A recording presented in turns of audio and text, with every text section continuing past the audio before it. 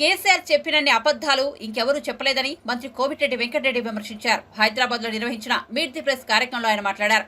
దళితుడిని ముఖ్యమంత్రిని చేస్తారని కేసీఆర్ మాట తప్పారని గుర్తు చేశారు. దేవుడి పేరిట ప్రధాని మోదీ ఓట్లు అడుగుతూ మతాల మధ్య చిచ్చు పెడుతున్నారని ధ్వజమెత్తారు. జరిగే పార్లమెంట్ ఎన్నికలు చాలా క్లిష్ట పరిస్థితుల్లో కీలకమైన ఎన్నికలు ఇవి. భారతదేశం 2013లో మోడీ గారు దేశవ్యాప్తంగా ఒకవైపు ముఖ్యమంత్రిగా ఉంటూ భారతదేశాన్ని మొత్తం కూడా మార్చేస్తానంటూ దాదాపు 5,500 బహిరంగ సభల్లో ఉండి ఆయన ప్రధానమంత్రి కావాలని చెప్పి దేశానికి వచ్చేది న్యాయంగా 72 లక్షల కోట్ల బ్లాక్ మనీ బయట దేశాలలో ఉన్నది. అవన్నీ తీసుకొచ్చి పేదవాని అకౌంట్లలో ప్రతి అకౌంట్లో 15 లక్షలు వేయడమే కాకుండా సంవత్సరానికి 2 కోట్ల ఉద్యోగాలు ఇస్తానని చెప్పి ఇంకా ఎన్నో హామీలు ఇచ్చుకుంటూ అధికారంలోకి వచ్చి 10 సంవత్సరాలు అయింది. బ్లాక్ మనీ తేగపోగా 15 లక్షలు దేవుడు ఎరుగు 15 రూపాయలు కూడా ఏ పేదవాని అకౌంట్లో వేయలే. అందరు అకౌంట్లో 15 లక్షలు వస్తాయని చెప్తే జన్ధన్ అకౌంట్లు అంటే అందరు ధనాధన్మని మొత్తం 40 కోట్ల మంది అకౌంట్లు ఓపెన్ చేసుకొని జీరో బ్యాలెన్స్తో అకౌంట్ ఓపెన్ చేసుకుని తప్ప అది జీరో బ్యాలెన్సే ఉన్నది. అలా అకౌంట్లో పైసలు పడలే. మళ్ళా రెండవసారి అధికారంలోకి వచ్చిండు. ఈసారి మూడోసారి ఇక ఈ బ్లాక్ మనీ ఇవన్నీ పక్కన పెట్టి రాముని పేరు మీద అసలు మీరు ఇంత మంచి రామాలయం కట్టింది మీ అందరికి సంతోషమేనా అని చెప్తే అంటే రాముని పెడిగి ఓట్లు అడిగే స్టేజ్కి వచ్చిండు. 10 ఏళ్ళు ప్రధానమంత్రి ఉండి ప్రపంచవ్యాప్తంగా చూస్తే భారతదేశం కానీ ఇవాళ రూపాయి విలువ కూడా 84 రూపాయలు పడిపోయి పెరిగి మన భారతదేశంలో నిరుద్యోగం ప్రపంచంలో బహుశా ఎక్కడ లేకుండొచ్చు. ఇవన్నీ పక్కన పెట్టి మీ ముస్లింల రిజర్వేషన్ ఎత్తేస్తాం, వాళ్ళకు రిజర్వేషన్లు అవసరం లేదు అని చెప్పి ప్రజల్ని భయపెట్టే విధంగా కులాల మధ్యలో ఘర్షణలు తీసుకొచ్చి ఒక మత సామరస్యాన్ని ఇక్కడ చెడగొడుతూ అధికారంలోకి వచ్చే ప్రయత్నాలు జరుగుతున్నాయంటేనే వాళ్ళు అక్కడ ఫెయిల్ అయినట్టు లెక్క. ఒక ఇద్దరి చేతుల్లోనే ఇవాళ దేశ సంపదన మొత్తం కూడా ఉన్నదంటే అదాని అంబానీ దేశంలో బహుశా ఇంకో 5-6 ఉండొచ్చు. మిడిల్ క్లాస్ వాళ్ళు బతకలేని పరిస్థితుల్లో 400 ఉన్న గ్యాస్ సిలిండర్ ఇవాళ 1200కు చేరినా కానీ దాని గురించి ఒక్కసారి మాట్లాడరు. రోజుకు వారానికి ఒకసారి డీజిల్ పెట్రోల్ రేటు పెరుగుతుంటాయి. వచ్చినప్పుడు ఎప్పుడు తగ్గలే. ప్లస్ ఒకటి జిఎస్టీ ట్యాక్స్ పేరు మీద కూడా పెద్ద మోసం జరుగుతున్నది.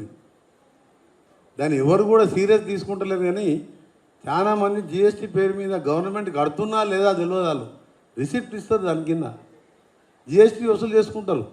మధ్య దళారులు తింటున్నారు. ప్లస్ పేదవాని గవర్నమెంట్ ఆఫ్ ఇండియా కూడా ఆదాయం పెరిగిపోయింది బాగా. ప్రతి వస్తువు మీద జిఎస్టీ అంటున్నారు. కొందరేమో మోసం చేస్తుంది దాంట్లో కూడా పేదవాన్ని జిఎస్టీ పేరు మీద. నోట్ల రద్దు చేసి ఈరోజు మొత్తం కూడా రాత్రి కనీసం రోడ్ల మీద చూసినాం 1-2 స్థానాల్లో డిపాజిట్ కోసం ఆయన పోరాటం చేస్తుంది తప్ప ఏ ఒక్క స్థానం వచ్చే అవకాశం లేదు. కాబట్టి నా టార్గెట్ అంతా ఇవాళ కులాల మతాల మధ్యలో ఘర్షణ తీసుకొచ్చి ఎన్డీఏ కూటమితోనే మా టార్గెట్. ఇక్కడ ఒక క్యాస్ట్ని మనం టార్గెట్ చేస్తే ఏమన్నా జరగరాని జరిగితే ఏ మిలిటరీ ఏ ఆర్మీ కూడా కంట్రోల్ చేయలేని పరిస్థితి. సెక్యులర్ కంట్రీలో అందరూ కూడా స్వేచ్ఛగా జీవించే హక్కు ఉండాలి. ఇప్పుడు కూడా మళ్ళా మాట్లాడిన గౌరవ ప్రధానమంత్రి గారు మేము ముస్లిం రిజర్వేషన్ ఎత్తేస్తామని. మీరు ఒకసారి సచార్ కమిటీ చేసినప్పుడు ముస్లింలలో దళితులతో పాటు దళితుల కంటే ఎక్కువ పేదవాళ్ళు కూడా ఉన్నారన్ను. వాళ్ళందరూ భారతీయులే.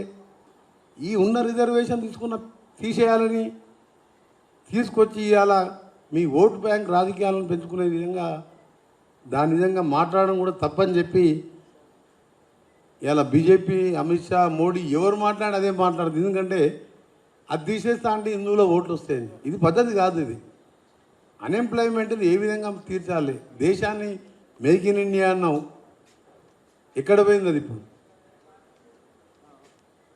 కాంగ్రెస్ పార్టీ హయాంలో కట్టిన నాగార్జున సాగర్, బాక్రా నంగల్, శ్రీశైలం లాంటి డ్యాములు ఎక్కడ పోయినాయి? ఎక్కువ డ్యామ్ అయినా కట్టినా ఒక ఇరిగేషన్ గురించి ఆలోచించినావా? 400, 250, 300 వచ్చి ప్రధానమంత్రి అయితే 2029లో ఎన్నికలు ఉండవు. ఇక భారతదేశంలో ఎన్నికలు అనేవి ఉండవు. రష్యా లాగా, చైనా లాగా 30 ఏళ్ళు అధికార పార్టీ రాసుకుంటారు, వాళ్ళ ఎన్నికలే ఉండవు. కానీ ఇవాళ సెక్యులర్ కంట్రీలో వాళ్ళు భారతదేశం కోసం కొట్లాడి ఆర్మీలో ఉండి ఎంతోమంది ముస్లింలు కూడా చనిపోయినారు. ఎందుకు ఈ విధంగా మీరు ఓట్ల కోసం, అధికారం కోసం 25 కోట్ల జనాభా రేపు రోడ్ల మీదకి వస్తే ఏమవుతుంది? ఇలాంటి మంచిది కాదు. అందుకనే ప్రజలందరూ విజ్ఞప్తి చేస్తున్న సెక్యులర్ పార్టీ అయిన కాంగ్రెస్ పార్టీని తెలంగాణలో కనీసం మేము అనుకున్నది 14-15 సీట్లు గెలవాలని, గెలుస్తామని కూడా నమ్మకం ఉన్నది. మా టార్గెట్ 15.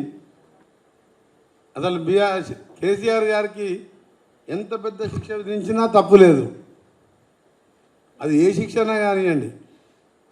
2001లో మేము అప్పుడు మొదటిసారి శాసనసభ 99లో కొండా లక్ష్మణ్ బాబూజీ వారి ట్యాంక్ బండ్ దగ్గర ఆఫీస్ ఓపెన్ చేసినప్పుడు జలదృశ్యంలో పార్టీ పెట్టినప్పటికెళ్ళి మొదలు పెట్టి తెలంగాణ వచ్చి ఆయన ముఖ్యమంత్రి 13 ఏళ్లలో ఒక 10-20 లక్షల సార్లు దళితుడు తొలి ముఖ్యమంత్రి, ఒకవేళ చేయకపోతే నా తల తీసుకుంటా, కేసీఆర్ మాట అంటే మాట మీద ఉండే వ్యక్తి అని కొన్ని లక్షల సార్లు అన్నాడు. బహుశా అన్ని అబద్ధాలు ప్రపంచంలో గతంలో ఎవరు మాట్లాడకుండొచ్చు, ఇక ముందు కూడా ఎవరు మాట్లాడరు. అన్నిసార్లు అన్నప్పుడు ఎవరైనా సరే రాజకీయ నాయకుడు ఆ మాట మీద ఉండాలి కదా. ఫస్ట్ టైం ఏమన్నాడు? అరే పరిపాలన అధికారం లేకుంటే ఎట్లా, నేను కొంచెం సెటరేట్ చేస్తా, సెటరేట్ చేసిన తర్వాత మొత్తం నీళ్ళు లైన్లో పెడతా అని చెప్పి కొన్ని రోజులు ఉంటే ముఖ్యమంత్రి అని ఏదో అప్పుడు తప్పించుకున్నాడు. మీ ఎవరం కూడా ఇట్లా ఎంటబడలేదు, దళితులు ఎంటబడలేదు, దళితులు 3 ఎకరాలు అన్నాడు. సరే, ఆయన హామీలన్నీ మీకు తెలుసు, మీరు రోజు చూస్తూనే ఉన్నాం.